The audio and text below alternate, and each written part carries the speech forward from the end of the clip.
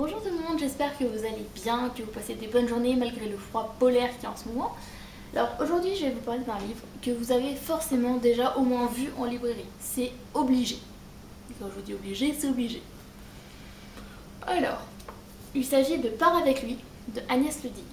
Cet auteur-là, je pense que vous en avez déjà entendu parler. Vous avez par exemple Marie d'en haut ou... Bon, je vous mettrai en barre d'infos si ça me revient. Et en fait, elle est très connue cette auteur-là.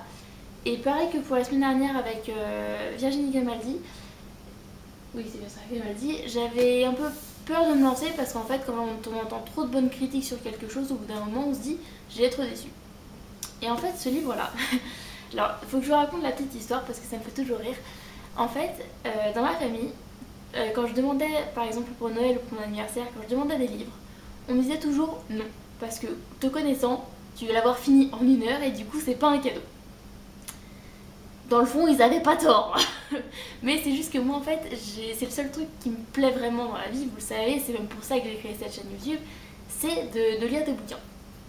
Et puis cette année, enfin Noël 2017, et ben j'ai eu la surprise de le découvrir dans mon... sous le sapin. Je me suis dit, mais c'est super, mais qui m'a offert? Ben en fait, c'est la tante de mon chéri qui m'a dit, bah écoute, c'est moi qui l'ai offert. Je sais, mais c'est une super idée. Et puis du coup, je lui raconte que dans ma famille, on m'a toujours dit qu'un livre c'était pas un cadeau, surtout pour moi. Et elle me dit, mais c'est parce qu'en fait, en même temps, enfin voilà, c'est la famille de mon chéri, donc ils savent de moi ce que mon chéri leur raconte. Mais du coup, enfin, elle m'a dit, au moins, je suis sûre qu'avec un livre, je fais pas d'erreur. C'est pas faux. T'as pas tort, Claudine. Donc, pourquoi je dis ça? Bref, c'est pas faux. Donc, pour le coup, j'ai vraiment été surprise de le recevoir. Ça m'a fait très plaisir aussi parce que du coup je voulais le découvrir malgré tout, hein, même si on en parle beaucoup. Ah, voilà, je viens de le retrouver, pas besoin de le mettre dans la barre d'infos. Donc c'est Marie d'en haut qui a été prix Femme Actuelle et juste avant Le Bonheur qui a été prix Maison de la Presse, si ça vous aide. Donc en fait l'histoire de Part avec lui, c'est, on va dire, alors là en fait au niveau du résumé ils mettent que 2 personnes. Moi je dirais plutôt que ça correspond à 4 personnes. Je m'explique. Oh, parce que il fait froid, il commence à faire nuit, c'est normal. Bref. Donc en fait, les 2 protagonistes s'appellent Roméo et Juliette. Ouais, c'est drôle. Mais ils ne se connaissent pas en fait avant le début du bouquin. Donc Roméo est pompier, enfin sapeur-pompier, et Juliette est infirmière. Et ils vont se croiser la première fois parce que Roméo va... Alors il va essayer d'aller chercher quelqu'un dans un immeuble en flammes et en fait il va tomber et heureusement qu'il y a un arbre qui le rattrape parce que sinon à mon avis voilà ça n'aurait pas fait le même effet. Et quand il arrive à l'hôpital, je suis vraiment désolée, donc quand il arrive à l'hôpital c'est Juliette qui est en... enfin il se fait opérer etc. Et c'est Juliette qui est en salle de réveil et en fait elle a tout de suite le trouver attachant et puis elle va vouloir le rassurer etc. Et en fait c'est comme ça qu'une espèce d'amitié très intense naît entre eux. Et à côté vous avez l'histoire de la sœur de Roméo, je vais essayer de retrouver son prénom, c'est pas gagné.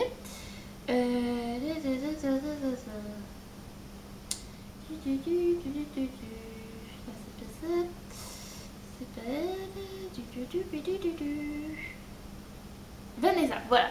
Donc sa petite sœur, donc la petite sœur de Roméo qui s'appelle Vanessa.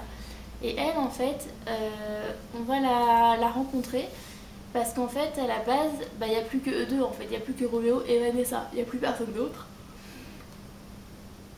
Et en fait, bon après je ne vais pas tout vous dévoiler parce que sinon c'est un gros spoiler et vous allez vous jeter des cailloux. Je sais que des fois vous en avez envie. J'ai une collègue qui m'a haï parce que j'ai trop bien parlé d'un livre. Et donc ensuite vous allez avoir Malou qui est la grand-mère de Juliette et qui a un peu son espèce de refuge en fait. Et ces 4 personnages là ils forment une histoire très touchante, vraiment. Mais par contre, en fait c'est pas un reproche que je lui fais à Agnès Le Digue, au contraire.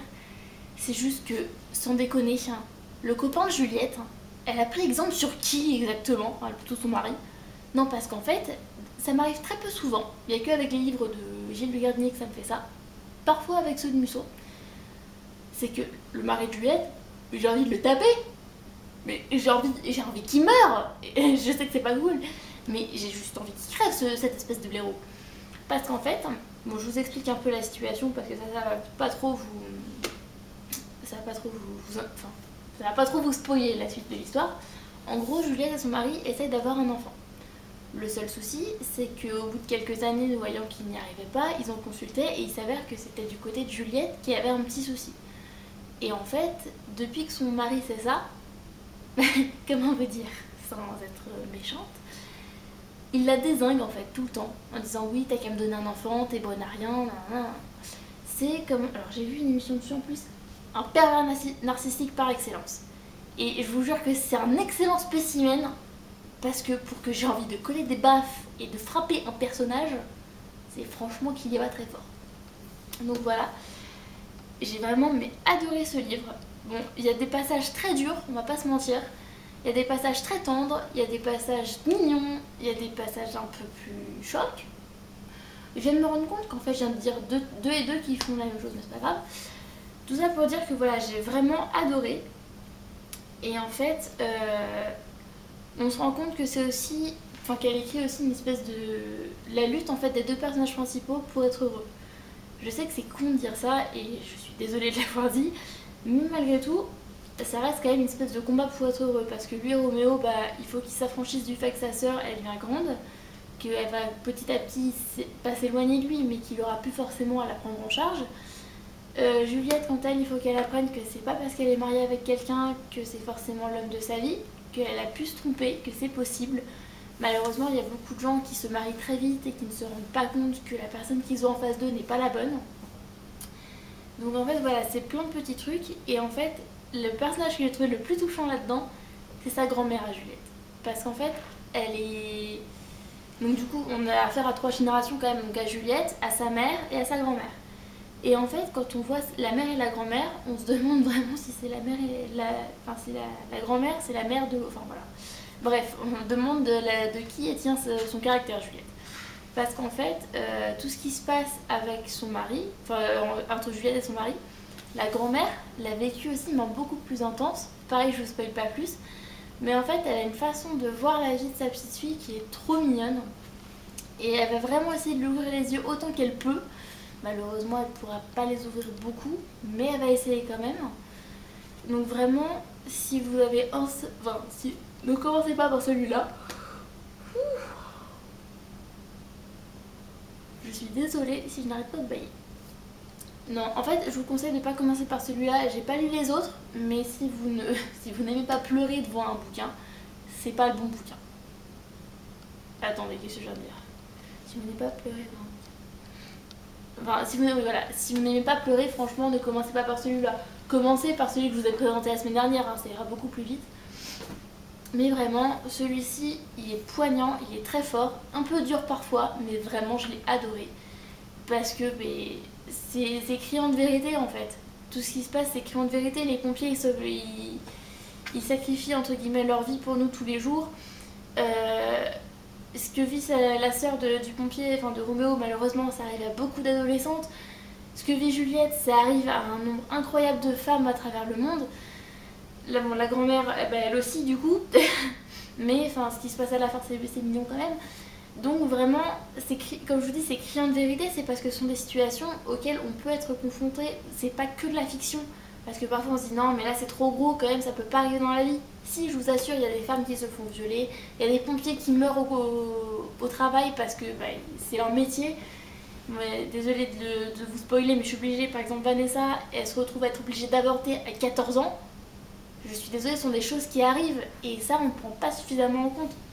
Donc vraiment, si vous voulez lire des histoires fictives, mais qui ont une grosse part quand même de possibilités dans la vie réelle, je vous le conseille. Il est vraiment génial. Voilà. Ouh, dis donc, on m'a demandé, je crois que c'est un collègue à qui j'ai parlé de mes vidéos, m'a dit ah non mais j'en ai regardé une, j'ai regardé 2 minutes, j'ai vu qu'elle en durait 12, mais je peux pas faire plus court.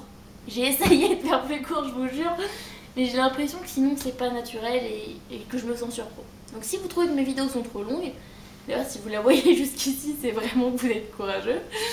Donc voilà, si vous trouvez que mes vidéos sont trop longues, s'il manque de quelque chose, n'hésitez pas à me le dire en commentaire de façon constructive, parce que j'ai déjà eu un c'est nul. Bah écoute, tu sais quoi, ton commentaire aussi il est nul. parce qu'au final tu me dis pas pourquoi c'est nul. Donc voilà, si vous avez des remarques à me faire, des conseils, des pistes d'amélioration que vous voyez apporter, n'hésitez pas, il y a les commentaires pour ça. Attends, je vous fais plein de gros bisous. Si vous voulez voir ma dernière vidéo, vous cliquez juste ici. Voilà. Si vous voulez vous abonner, vous cliquez sur ma tête. Attends, je vous dis à la semaine prochaine. Salut!